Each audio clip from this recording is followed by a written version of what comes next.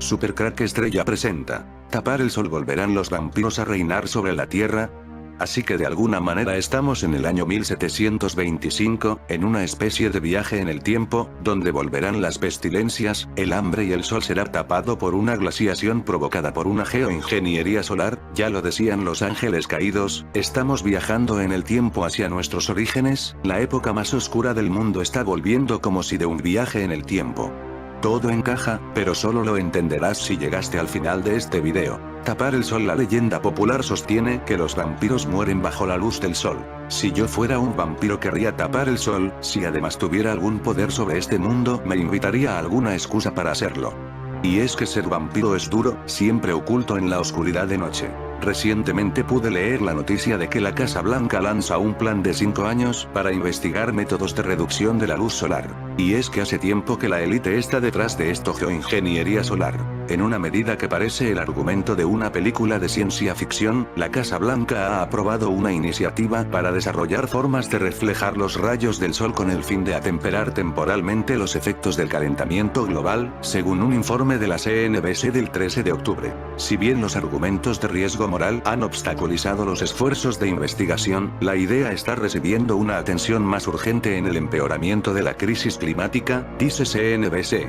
El plan de investigación de 5 años está coordinado por la Oficina de Política Científica y Tecnológica, OSP, de la Casa Blanca, a la que el Congreso encargó la elaboración de una evaluación científica de las intervenciones solares y otras intervenciones climáticas rápidas en el contexto de los riesgos y peligros climáticos a corto plazo.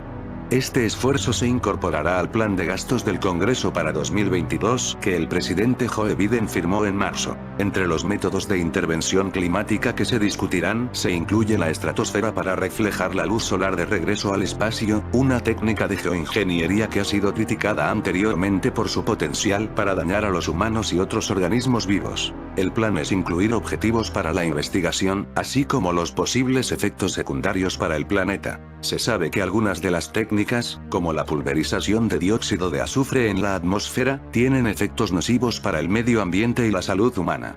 Pero los científicos y los líderes climáticos que están preocupados de que la humanidad exceda sus objetivos de emisiones dicen que la investigación es importante para descubrir la mejor manera de equilibrar estos riesgos con un aumento posiblemente catastrófico en la temperatura de la Tierra, informa CNBC. El reflejo de la luz solar tiene el potencial de salvaguardar los medios de vida de miles de millones de personas, y es una señal del liderazgo de la Casa Blanca el hecho de que estén avanzando en la investigación para que cualquier decisión futura pueda basarse en la ciencia y no en las maniobras geopolíticas, dijo Srish Saka, fundador del fondo de inversión en tecnología climática Lower Carbon Capital. Srish Saka es considerado un erudito en materia de negocios y el cual seguramente lo has visto como un tiburón invitado en el reality show de televisión de ABC, Shark Tank. Uber, Instagram, Twitter y Google son algunas de las compañías en las que, en sus orígenes, invirtieron los fundadores de Lower Case Capital y Lower Carbon Capital. Srish y Crystal Saka llevan años apostando por startups innovadoras, primero centradas en tecnología y, más recientemente, en la lucha contra el cambio climático. Conocidos inversores, activistas y filántropos en Estados Unidos dedican gran parte de su esfuerzo a la protección del medio ambiente. No conocía a esta persona detrás de este siniestro plan de tapar el sol, pero dice la Biblia que por sus obras los conoceréis, y la primera fotografía que me encuentro de este señor filántropo, tapa soles, es que tiene un jersey con un toro dibujado. Bueno, no se aprecia muy bien si es un toro con cuernos, pero una cosa es segura, la criatura tiene cuernos, vaya, parece toda un señal, los cuernos de una bestia. La pregunta es ¿qué bestia es esa que tiene en su jersey? Una figura del diablo quizás, no sabemos, pero esto promete. Continuamos con el filántropo tapa soles y descubrimos. Srish Saka es el cofundador y socio director de Lower Carbon Capital y fundador y presidente de Lower Case Capital. Pasó 4 años en Google donde fue director de iniciativas estratégicas y formó parte del equipo fundador de la división de nuevos negocios de la compañía de Palo Alto. En 2007 siguió su instinto y sin un plan, ni suficiente dinero para ser un inversor profesional, decidió abandonar Google para trabajar con startups a las que ayudar en su arranque sin necesidad de recaudar millones de dólares antes. Es un especialista en inversión a través del capital riesgo, asesor de empresas y administrador de una cartera de innumerables startups innovadoras a través de su fondo Lower Case Capital. Junto con su esposa Crystal, Dries convirtió a Lowercase, que ya era conocido por sus inversiones en empresas de tecnología en etapa embrionaria como Twitter, Uber, Instagram y Stripe, en uno de mayores y más exitosos fondos de riesgo de Estados Unidos. En 2011, sus inversiones le convirtieron en uno de los miembros más jóvenes de la lista Midas de Forbes. En 2017 alcanzó el puesto número 2. Esto me recuerda que Bill Gates también era otro tapasoles con otro proyecto que al final echaron para atrás. Desde 2017 Dries Saka está centrado en la lucha contra el cambio climático, promover la diversidad dentro de la tecnología y el capital riesgo y otras actividades políticas y filantrópicas. En la actualidad, dirige un equipo centrado en la investigación e inversión en Lower Carbon Capital, que busca las soluciones más ambiciosas del mundo para la crisis climática que amenaza el planeta. El otro filántropo es ya viejo conocido por todos. Bill Gates se ha convertido en uno de los inversionistas más poderosos en temas de salud pública y ahora está nuevamente en el ojo del huracán, pues el multimillonario está financiando un proyecto que busca tapar el sol y ha generado todo tipo de reacciones en internet. Hace unos días, se conoció que Bill Gates estaba entre los nombres a los que un tribunal en Perú acusó de haber creado el COVID-19. Pero tras dicha polémica, el nombre del magnate volvió a estar en el ojo de mucho por un proyecto que está financiando. Se trata nada más y nada menos que de un proyecto de la Universidad de Harvard que busca darle un respiro al planeta Tierra. El proyecto busca tapar el sol y aunque parece un poco sacado de una película no dista mucho de la realidad. La ideal de proyecto financiado por Bill Gates es reflejar los rayos del sol fuera de la Tierra para evitar las situaciones que se están presentando actualmente debido al calentamiento global. Dicha situación sería temporal y se podría usar para enfriar la Tierra en momentos críticos. El proyecto de la Universidad de Harvard busca estudiar cómo materiales lanzados a la atmósfera interactúan con la radiación solar, enfoque que podría usarse para bajar la temperatura del planeta. El cambio climático es una realidad y los métodos para combatirlo tiran de ingenio e imaginación. El proyecto Scopex, liderado por la Universidad de Harvard, Estados Unidos, podría considerarse uno de los más originales. El experimento se dirige a frenar en un futuro el calentamiento global anulando parte del efecto de los rayos del sol. ¿Cómo? Con materiales lanzados a la atmósfera. El elemento clave del plan es un globo científico. El aparato deberá primero elevarse 20 kilómetros en la atmósfera, según explican en la web de la universidad. Una vez allí, su misión consistirá en lanzar hasta 2 kilogramos de carbonato de calcio gracias a las hélices con las que será equipado. Así, se crearán perturbaciones atmosféricas. De hecho, la traducción de las siglas del proyecto corresponde con experimento de perturbación de la estratosfera controlada. Cuando las élites usan las palabras de forma controlada, es que no controlan nada, y simple hecho de que tenga un tipo de control ya demuestra que esto es peligroso, porque si no, el control no sería necesario. El carbonato de calcio ha sido elegido por sus propiedades a la hora de reflejar la luz solar y por cómo interactúa con los demás gases de la atmósfera. Además, se trata de un material que abunda en la Tierra y no resulta tóxico, aunque no existe naturalmente en la estratosfera. Una vez liberado el compuesto, el globo medirá cómo interactúan sus partículas entre sí y con la atmósfera, así como la dispersión de la luz del sol causada por este. El fin último de Scopex es avanzar en lo que se conoce como geoingeniería solar. El emergente campo supone un conjunto de tecnologías que buscan reflejar una pequeña fracción de la luz solar de regreso al espacio o aumentar la cantidad de radiación solar que se escapa de la atmósfera. De esta forma se persigue enfriar el planeta. El plan ha suscitado la preocupación de quienes se oponen al uso de chemtrails, un término previamente asociado con los teóricos de la conspiración, en un intento de modificar el clima. Como dice un comentario del 16 de octubre de Ethan Uth de Natural News, a pesar del evidente conflicto de intereses entre los negocios de Saka y la agenda de la Casa Blanca de Biden, Saka insiste en que tiene cero intereses financieros más allá de la filantropía. La leyenda popular sostiene que los vampiros mueren bajo la luz del sol. Sin embargo, esta idea es relativamente nueva. De hecho, no existen referencias mitológicas que la sostengan. Esta leyenda proviene en realidad de la película de vampiros de Wilhelm Murnau, Nosferatu. Una sinfonía de horror, Nosferatu, Eine Simonie des Grauens, genial pieza cinematográfica del expresionismo alemán estrenada en 1922. Antes de aquella película no existen registros ni folclóricos ni mitológicos que afirmen que los vampiros pueden morir al entrar en contacto con la luz del sol. De todos modos, si bien los vampiros de la leyenda no mueren a la luz del sol, como criaturas nocturnas están especialmente adaptadas a la noche, volviéndolos poco aptas, o completamente inútiles, durante el día. En cierta forma, los vampiros son víctimas de su propia especialización. Las primeras leyendas de vampiros de la Edad Media nos hablan de hematófagos con graves dificultades para moverse a la luz del día, problemática que no deja de asombrar ya que sigue las mismas reglas de la naturaleza, es decir, de lo natural, siendo los vampiros criaturas sobrenaturales. Perfectamente adaptados a la vida nocturna, estos vampiros medievales vieron cómo sus capacidades y habilidades para atacar se redujeron notablemente durante el día, tal como les sucede a la mayoría de los depredadores nocturnos. Los racionalistas se preguntaron por qué los vampiros odian la luz del sol y, en cambio, adoran a la luna, cuando ésta no tiene brillo propio, sino que refleja justamente la luz del sol. Bram Stoker, acaso mejor que nadie, recogió esta incógnita en la novela clásica de vampiros de 1897, Drácula, y propuso un razonamiento muy interesante, ver. El Drácula de Stoker no está inspirado en Vlad Tepes, los vampiros no odian la luz del sol porque ésta sea la fuente de la vida. Tampoco mueren durante el día y mucho menos al recibir un rayo fortuito de sol. En realidad, los vampiros huyen de la luz del sol por una simple cuestión de adaptabilidad. Los humanos somos criaturas diurnas. Nuestro metabolismo sigue el ritmo de la luz del sol. El apetito, el sueño, están regulados por la ausencia o aumento de la luz del sol.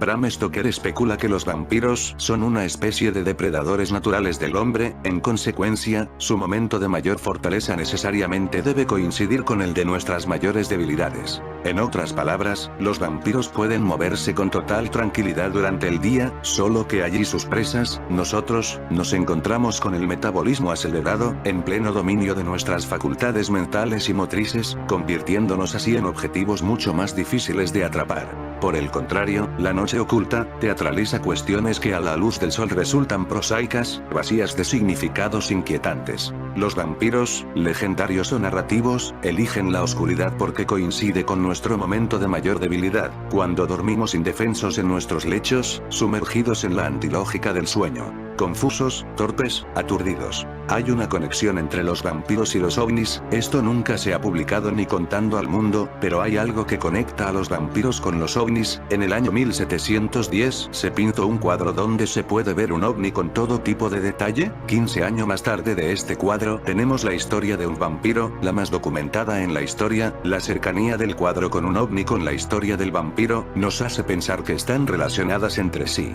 El cuadro se trata el bautismo de Cristo 1710. En Mateo 3:16, del Nuevo Testamento, se asegura que los cielos se abrieron, y al Espíritu como una paloma descendió sobre él. Esto aseguran los especialistas en arte que representa la obra del holandés Aer de Helder. Para los teóricos de los antiguos astronautas, en cambio, es otra prueba de un platillo volador no identificado. Y es que este año el 1725, donde tenemos la historia de este vampiro, encierra otro gran misterio, ya que dicen, calendario juliano y gregoriano. ¿Y si estamos viviendo en el año 1724? Así es la hipótesis del tiempo fantasma. Una teoría que explica cómo 300 años desaparecieron de nuestra historia y fueron añadidos de forma artificial al calendario. Algo muy extraño ocurrió en este año 1724 y 1725, es algo así como un efecto Mandela, como si los ovnis fueran máquinas del tiempo que trajeron vampiros, y cambiaron la historia. Quizás el caso de vampiros más documentado sea este caso. El vampiro documentado, a nivel oficial, surgió a raíz de la histeria colectiva que se produjo en el siglo XVIII, en la que las grandes epidemias de vampirismo, coincidentes con las epidemias de peste y otras enfermedades de la época, asolaron algunos territorios de la antigua Europa oriental. El informe Fromvald, en 1725, en el que se utilizó la palabra vampiro, vampiri, por primera vez, fue el primer documento oficial que se redactó y se basó en el caso de Petar Blagojevich, un campesino serbio fallecido en 1725 en la localidad húngara de Kisilova. Después de su muerte se sucedieron varias defunciones de carácter inexplicable, tras lo cual comenzó a correr el rumor de que el supuesto vampiro documentado, que aún no lo era, había sido visto en varias ocasiones acosando y maltratando a sus vecinos, y hasta incluso dando muerte a algunos de ellos. Los habitantes de Kisilova, por miedo a que toda la comunidad pudiera ser exterminada, exigieron a Fronwald, un funcionario del gobierno austríaco, que autorizara la exhumación para poder comprobar la veracidad de los hechos. Fronwald dio su consentimiento y la exhumación se llevó a cabo. Para acabar con la epidemia procedieron a realizar el ritual de la muerte del vampiro, estaca en el corazón, quema en la hoguera y devolución de las cenizas a la misma sepultura. El informe original que Fronwald redactó después de presenciar los hechos puede encontrarse en los archivos de Viena. El segundo caso de vampiro documentado fue el de Arnold Paole, un haiduk transformado en vampiro después de su muerte en Medveja en 1725, muerto al estilo tradicional de los vampiros, tras haber convertido a 16 de sus conciudadanos, y vuelto otra vez a la vida como vampiro en el año 1731. Ese mismo año, 1731, varios haiduk se quejaron de que se habían producido algunas muertes misteriosas y se convencieron de que estas habían sido perpetradas por vampiros. En especial, se culpó a Arnold Paole, alegando que había vuelto de su tumba convertido en vampiro por segunda vez. Debido a las protestas, el Oberstleutnant Schnitzer, teniente coronel, envió a un médico experto en epidemias llamado Glaser a la zona, que después de estudiar la situación mandó un informe en el que solicitaba que se ejecutara a los supuestos vampiros, para evitar que los haiduk se marcharan del lugar. Se tomó la decisión de enviar una comisión para investigar los hechos. Esta comisión estaba formada por el cirujano militar Johann Flukinger, los tenientes coroneles Butner y Lindenfels y otros dos cirujanos militares, Siegele y Baumgarten.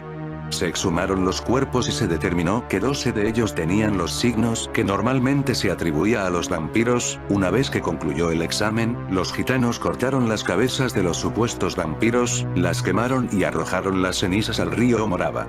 Los que no se habían convertido en vampiros fueron enterrados nuevamente. Johann Flukinger redactó el segundo informe oficial dedicado al vampiro documentado, Visum et Repertum, en alemán, con el siguiente título: acerca de los llamados vampiros o chupasangres, en Medveja en Serbia, en la frontera con los turcos, a 7 de enero de 1732, über die sogenannte Vampirs oder Blutausaugers, so Medveja in Serbien, an der türkischen Grenze, den 7, Januari 1732 Geschehen. Poco tiempo después, Johann Friedrich Glaser, padre del médico que formó parte de la investigación, envió la carta, en alemán, que su hijo le escribió al diario Commercium Literarium de Nuremberg, una revista científica de gran importancia. El caso del vampiro documentado se extendió por toda Europa llegando a La Haya, Londres y Berlín y fue motivo de discusión a todos los niveles. En 1733, Johann Christoph Arenberg, 1696-1774, filósofo, teólogo e historiador alemán escribió la obra Vernunftige und christliche Gedanken über die Vampirs, conceptos racionales y cristianos sobre vampiros o chupasangres. Este es uno de los primeros tratados sobre vampiros que se conocen. Michael Ranft, 1770-1774, que ya había redactado una pequeña tesis en 1725, Dissertatio Historico Critica de Masticatione Mortuorum in Tumulis, basándose en la historia del primer vampiro documentado, trató de dar una explicación racional a estos y otros sucesos en su obra de Masticatione Mortuorum in Tumulis, 1728, y posteriormente en Traktat von den Kauen und des Schmatzen der Toten in Gravern. 1734. Agustín Calmet, 1672-1757, abade senones y destacado exegeta francés, publicó en 1746, en 2 volúmenes, Dissertations sur les apparitions des anges, des démons et des esprits, et sur les revenants, et vampires de Hongrie, de Boheme, de Moravie, et de Silesia. El segundo volumen, dedicado al vampirismo, se puede encontrar en español con el título Tratado sobre los vampiros, de Luis Alberto de Cuenca y Prado, editado por Reino de Cordelia. En 1753 se publicó el tomo 4 de las cartas eruditas y curiosas de Benito Jerónimo Feijóo y Montenegro, 1676-1764, ensayista y polígrafo español. La carta XX está dedicada a comentar el ensayo sobre vampiros escrito por Agustín Calmet. El vampiro documentado continuó su camino, y esta vez llegó de la mano de Gerard van Swieten, 1700-1772, un médico de origen neerlandés que en 1755 redactó un informe médico, Remarques sur le vampirisme de Silesia del año 1755, sobre un nuevo caso de vampirismo acaecido en Hermersdorf. El nombre del presunto vampiro era Rosina Lolakini, al igual que los anteriores vampiros, fue decapitada y posteriormente quemada. Se promulgó un edicto, bajo el reinado de María Teresa I de Austria, en el que se prohibió expresamente todo tipo de ejecuciones de supuestos vampiros. A partir de este hecho, que fue calificado por Schueten de bárbaro y sacrílego, se promulgó un edicto, bajo el reinado de María Teresa I de Austria, en el que se prohibió expresamente todo tipo de ejecuciones de supuestos vampiros. Las estacas, la decapitación y la quema posterior de cadáveres se consideraron prácticas supersticiosas e irracionales, y las epidemias de vampirismo desaparecieron. La histeria había pasado, pero la idea de continuar con escritos sobre el vampiro documentado no cesó. Así, en 1764, Voltaire dedicó un apartado del tomo 6 de su diccionario filosófico a comentar, al igual que se había hecho anteriormente, el ensayo sobre vampiros escrito por Calmet. Ya en el año 1768, Andreas Ulrich Mayer publicó el libro Abhandlung des Daseins der Gespenster, nebst einem Anhang vom Vampirismus, tratado de la existencia de los fantasmas, junto con un apéndice del vampirismo. Este apéndice sobre el vampirismo, en alemán, fue escrito por Gerhard van Schueten, basándose en el informe que él mismo había redactado en 1755. El Papa Gregorio XIII fue el impulsor del calendario gregoriano, el que utilizamos hoy en día en todo el mundo. Fue en el año 1582 y, con su llegada, se ponía fin al conocido como calendario juliano, el que puso en marcha Julio César en el año 48 a.C. Ese antiguo calendario estipulaba que, cada 4 años, había que añadir un día más para que el calendario coincidiera con el año solar. Así comenzaron los años bisiestos. El problema es que después se demostró que el año solar dura, exactamente, 365,24219 días y no los 365,25 que se habían estipulado. Eso suponía que, durante más de 1600 años, se habían estado contando 11 minutos de más a cada año, lo que supone que cada 128 años se ganaba un día. Por eso, Gregorio XIII decidió que había que retocar el calendario y adaptarlo, ya que la fecha solar no se correspondía con la que se llevaba en la Tierra. Sin embargo, aunque los cálculos matemáticos son claros, y el Papa debería haber adelantado el calendario casi en 13 días, lo cierto es que solo lo hizo en 10. Así, en 1582, el día siguiente al 4 de octubre no fue el 5, sino el 15, por lo que esos 10 días no existieron oficialmente, pero hay quien cree que esos 3 días de desfase entre el cálculo real y el que tuvo en cuenta Gregorio XIII obedecen a otra causa: tiempo fantasma. En la década de los 90, un grupo de historiadores alemanes se enfrentó de nuevo a este problema y propusieron una teoría. Se conoce como la hipótesis del tiempo fantasma y consiste en que esos 3 días de más que Gregorio XIII no añadió al calendario tienen que ver, más que con un error matemático, con una idea, cuando menos, inverosímil. La Edad Media no existió. Por eso, según este grupo de historiadores, actualmente no estaríamos viviendo en el siglo XXI, sino en el XVIII, concretamente en 1724, el tiempo que se habría añadido artificialmente estaría comprendido entre los años 600 y 900 de nuestra era, lo que significaría que personajes de la talla de Carlomagno no habrían existido y se habrían inventado con propósitos más o menos desconocidos. De esa manera, se explicarían esos 3 días de desfase entre ambos calendarios. Tal y como publica Ifl Science, Heribert Illich fue el primero en presentar esta teoría en el año 1991, pero el Dr. Hans Ulrich Niemitz la amplió en 1995. Según estos historiadores alemanes, hay pruebas de esta hipótesis del tiempo fantasma como la desaparición y reaparición del pueblo judío entre 711 y 1096, la ausencia de registros sobre grandes cuestiones de la época como la expansión del Islam por Oriente Medio o la falta de progreso en Occidente.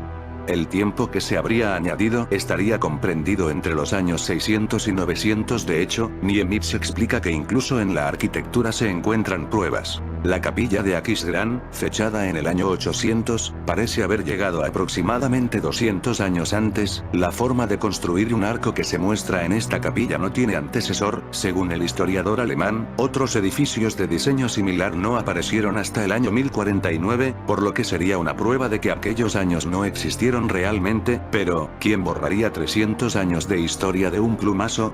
Según Niemitz, fue el emperador Otto III quien se alió con Silvestre II, el papa de la época, porque ambos querían vivir en el año 1000, la razón es que así se adaptaban a su comprensión del milenarismo cristiano, el problema es que ambos nacieron 300 años antes, pero decidieron cambiar la fecha para poder vivir el cambio de milenio, pero esa hipótesis del tiempo fantasma supone también que fue Otto III quien inventó a Carlomagno y lo dibujó como el héroe modelo que él mismo quería ser. ¿Vivimos en 2021 o en 1724?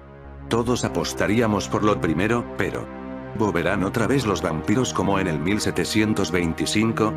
Del Papa Silvestre II he hablado mucho en mi canal. Él participó en el Festival de la Bestia. Recordemos, el último festival se realizó en el año 2009 en Noruega y se celebra cada 28 años, así que resta y observarás como en el tiempo del Papa Silvestre II hubo un Festival de la Bestia. Bajo el nombre de Herberto de Aurillac, el Papa Silvestre II nació en el 946 y murió en 1003. Fue un renacentista en toda la extensión de la palabra, aunque vivió cientos de años antes que el movimiento. Figuró como erudito humanista antes que el término fuera inventado, estaba apasionado por la literatura clásica y defendió la utilización de la numeración arábiga que utilizamos en la actualidad. Recordemos que en esa época los europeos no poseían una notación matemática definida. La historia de Herberto de Aurillac estuvo rodeada de muchos cuentos durante y después de su vida. En el siglo XII, el historiador medieval Guillermo de Malmesbury llegó a escribir que durante su época en Al-Ándalus, Herberto robó un libro de hechicería a un filósofo árabe, y se decía que este libro albergaba el conocimiento para invocar al diablo. De acuerdo con lo relatado por Malmesbury, el filósofo nunca tuvo la intención de separarse de su amado grimorío. Solía dormir con el libro bajo la almohada para protegerlo. Sin embargo, Herberto estaba decidido a apoderarse del libro, sedujo a la hija del filósofo con el único objetivo de conocer la ubicación del grimorío. Solo restaba emborrachar al suegro y robar el libro. Herberto sabía que este hombre era sabio y tenía capacidad para rastrear cualquier cosa por mar y tierra, por lo que se ocultó colgando de un puente sin tocar tierra ni agua. Con el grimorío en su poder, se dice que Herberto contactó a una variedad de demonios y llegó a vender su alma al diablo. Según la leyenda, así fue como se convirtió en el Papa Silvestre II. En la historia también se afirma que el pacto de Herberto con el demonio incluía una cláusula específica. Si alguna vez lo escuchaba dar misa en Jerusalén, el señor del Averno vendría a reclamarlo.